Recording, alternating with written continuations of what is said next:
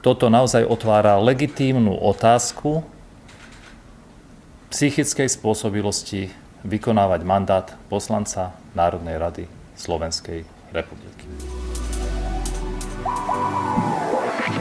Celú debatu o psychickej spôsobilosti poslancov odštartovala nedávna potýčka v parlamente, kde sa opäť raz ukázalo, že rokovacia sála vie byť živšia než hokejový štadión.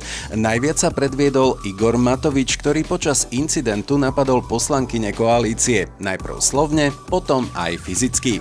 Na túto situáciu zareagoval predseda parlamentu nápadom, ktorý znie moderne. Psychotesty pre poslancov. Lenže realita je menej dramatická.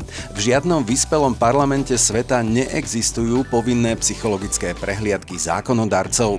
Väčšina štátov rieši len extrém. Ak niekoho súd vyhlási za právne nespôsobilého, nemôže byť poslancom a tým to končí.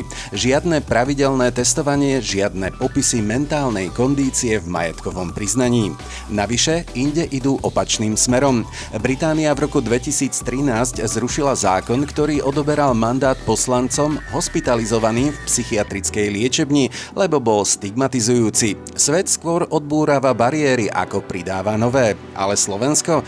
My sme špecialisti na unikáty, už máme jedno európske prvenstvo, 2 pohlavia v ústave. A zavedením psychotestov pre poslancov by sme si mohli pripísať ďalšie.